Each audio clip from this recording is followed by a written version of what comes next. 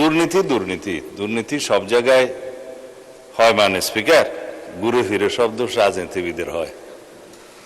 কিন্তু যতগুলো ফাইল স্বাক্ষর হয় লাস্টে রাজনীতিবিদকে স্বাক্ষর করতে হয়, ওই জন্য সব দোষ তার। সবাই বলছিল সংসদ জিমিয়ে গেছে, সবাই বোর ফিল করতেছে। তা আমার কাছে লাস্টে মনে হলো খুব ভাইব্রেন্ট হয়েছে মানে স্পিকার। মাননীয় সদস্য রুমিন ফরহানা বলেছেন প্রতীকী ছাঁটাই, আসলে তিনি এনেছেন মিতব্যয়ী ছাঁটাই, প্রতীকীটা 1 টাকা হয়। বলেছেন রাজনীতি পেশা এবং আমলা পেশা এই 2 জায়গাতেই দুর্নীতি হয়। দুর্নীতি দুর্নীতি দুর্নীতি সব জায়গায় হয়, মানে স্পিকার ঘুরে ফিরে সব দোষ রাজনীতিবিদের হয়। কিন্তু যতগুলো ফাইল স্বাক্ষর হয় লাস্টে রাজনীতিবিদকে স্বাক্ষর করতে হয়, ওই জন্য সব দোষ তার। এর বেশি বলতে চাই না।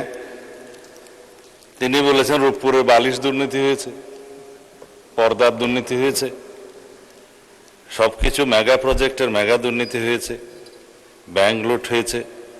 সেই জন্যই তো দুর্নীতি দমন কমিশনকে স্বাধীন দুর্নীতি দমন কমিশন করার প্রস্তাব এসছে। আমরা এটা স্ট্যাটিউটরি একটা অর্গানাইজেশন হিসেবে শক্তিশালী দুর্নীতি দমন কমিশন গঠন করব বলে আমরা দুর্নীতি দমন কমিশন সংক্রান্ত অধ্যাদেশটা তখন গ্রহণ করিনি। এখন আলোচনা শুরু হয়েছে এবং বাংলাদেশের একটি শক্তিশালী দুর্নীতি দমন কমিশন প্রতিষ্ঠিত হবে ইনশাআল্লাহ। বলেছেন কমিশন চেয়ারম্যান যাদেরকে নিয়োগ করতে হয় তাদের কিভাবে নিয়োগ করা হবে সেজন্য সার্চ কমিটি তো আছে, আগের আইনেও ছিল এবং সেই অধ্যাদেশটা গ্রহণ করা না গেলেও আগের আইনটা রিভাইভ হয়েছে, ওখানেও সার্চ কমিটি আছে। সেই সার্চ কমিটি অনুসারে দুর্নীতি দমন কমিশনটা গঠন করার জন্য, সার্চ কমিটি গঠনের জন্য যেই কমিটি গঠন করার উদ্যোগ নেওয়া হয়েছিল, দয়া করে কালকে মাননীয় প্রধান বিচারপতি অনেক দিন পরে তার প্রতিনিধি নিয়োগ করেছেন, বহু দিন গড়িয়ে গেছে। হয়তো আপনারা মনে করে নিয়েছেন সরকার আন্তরিক না, সরকার আন্তরিক ছিল, চিঠি দিয়েছে সার্চ কমিটি গঠন করা হবে, দুর্নীতি দমন কমিশন গঠন করা হবে, কিন্তু আমরা সহযোগিতাটা পাইনি। গতকালকে কেবল সই করে দিয়েছে। এখন সার্চ কমিটি গঠিত হবে, দুর্নীতি দমন কমিশনও গঠিত হবে, দুর্নীতির সমস্ত বিষয় অ্যাড্রেস করা হবে। তবে আপনাদেরকে আশ্বস্ত করতে চাই, এটা হচ্ছে একটা মধ্যবর্তী ব্যবস্থা। দুর্নীতি দমন কমিশন আইনটা পার্লামেন্টে নিয়ে আসলে বিলটা, তখন একটা আরো শক্তিশালী দুর্নীতি দমন কমিশন গঠন হবে, আইনটা গঠন হবে, তখন আমরা সেখানে আলোচনায় অংশগ্রহণ করতে পারবো। আলোচনার ভিত্তিতে, সমঝোতার ভিত্তিতে একটি দুর্নীতি দমন কমিশন আইন গঠন করার জন্য একটা সার্চ কমিটির মধ্যে দিয়ে, আগের আইনটার মধ্যে দিয়ে একটা কমিশন গঠন করে ফেলতে হবে। মাননীয় স্পিকার, আমাদের মাননীয় সদস্য এইটা বলেছেন যে দুর্নীতির অর্থ পাচারের যে টাকা পাচার হয়েছে দেশ থেকে সেটা ফিরিয়ে আনার ব্যবস্থা। আমরা এখানে অনেক আলোচনা করেছি। একদিন আমি একটা কাগজ নিয়ে এখানে কিছু তথ্য দিয়েছিলাম, সেটা হচ্ছে state of the state economy since 2009 to 2023।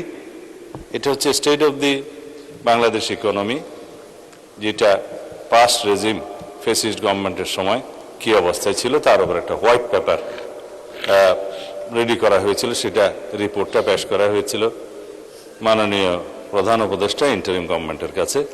এই কমিটির সভাপতি হিসেবে দায়িত্ব পালন করেছিলেন প্রখ্যাত অর্থনীতিবিদ দেবপ্রিয় ভট্টাচার্য। এখানে সামারিতে 1 লাইনে শুধু বলি, কারণ সময় বেশি নেই, সবাই মাগরিবের নামাজের সময় চলে আসছে। 29,25,000 কোটি টাকা, ক্ষেত্রমতে প্রায় 30 লক্ষ কোটি টাকা বাংলাদেশ থেকে পাচার হয়েছে। শুধু ব্যাংকিং খাতে যে লুটপাট হয়েছে সেটা দিয়ে বলা হয়েছে, রাজনৈতিক বিবেচনায় যে ব্যাংক লোন দেওয়া হয়েছে সেটাতে 24টা পদ্মা সেতু করা যেত। তো সুতরাং এগুলো অ্যাড্রেস করতে হবে, সমস্ত পাচারকৃত অর্থ ফিরিয়ে আনতে হবে, সবার সহযোগিতা সেখানে আমরা চাই। মাননীয় স্পিকার, মাননীয় সদস্য শফিক সাহেব, ডক্টর শফিকুল ইসলাম মাসুদ, তিনি বলেছেন কমিশনের জবাবদিহিতা নিশ্চিত করা হবে, সেটা আইনের মধ্যে আমরা আনবো, নিশ্চিত করার জন্য যা যা সাজেশন আপনারা দিবেন। তো এইখানে অন্য একটা প্রসঙ্গ নিয়ে এসছে, কালকে সেই ডিবেটটা শেষ হয়েছে, আমাকে স্কোপ দেওয়া হয়নি সেই পাল্টাটা বলার জন্য। ভালোই হয়েছে আপনি বলেছেন যে রেপের একটা দর্শনের কথা বলেছেন।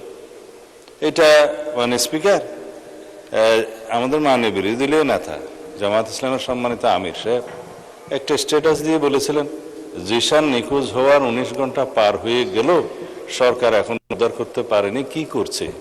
তো সেজন্য 19 ঘন্টা পার হওয়ার পরে মাননীয় স্পিকার সরকার কি করেছে সেই বয়ানটা দিয়েছিলাম। এইটা সরকারের পক্ষে দায়িত্ব। এখন কালকে আমি বুঝিনি আসলে তারা কি দর্শনের পক্ষে কথা বলেছে না বিপক্ষে কথা বলেছে মাননীয় স্পিকার। কারণ মাননীয় মন্ত্রী, আমরা তো দুর্নীতি দমন কমিশন নিয়ে আলাপ করছি। ঠিক আছে, এটা আমি তাইলে দুর্নীতিতেই যাচ্ছে মাননীয় স্পিকার। দুর্নীতির ক্ষেত্রে বলেছে উচ্চ এবং নিম্ন দুর্নীতি। আইনে কিন্তু ডেফিনেশনে উচ্চ দুর্নীতিও নাই, নিম্ন দুর্নীতিও নাই। দুর্নীতি এবং দুর্নীতি একই ডেফিনেশন। এখানে দুর্নীতি ছোট হয় না, বড় হয় না। যেমন দর্শন ছোট হয় না, বড় হয় না, সবই সমান। রামিসা আর জিশান সবই সমান দর্শনের ক্ষেত্রে।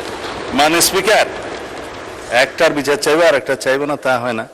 আমরা দুর্নীতি দমন কমিশনকে যেহেতু শক্তিশালী করতে চাই, এটা জাতির প্রত্যাশা, সেজন্য এখানে কিছু ইনফ্রাস্ট্রাকচার আছে, কিছু আইনে আছে, কিছু রেভিনিউ বৃদ্ধি আছে।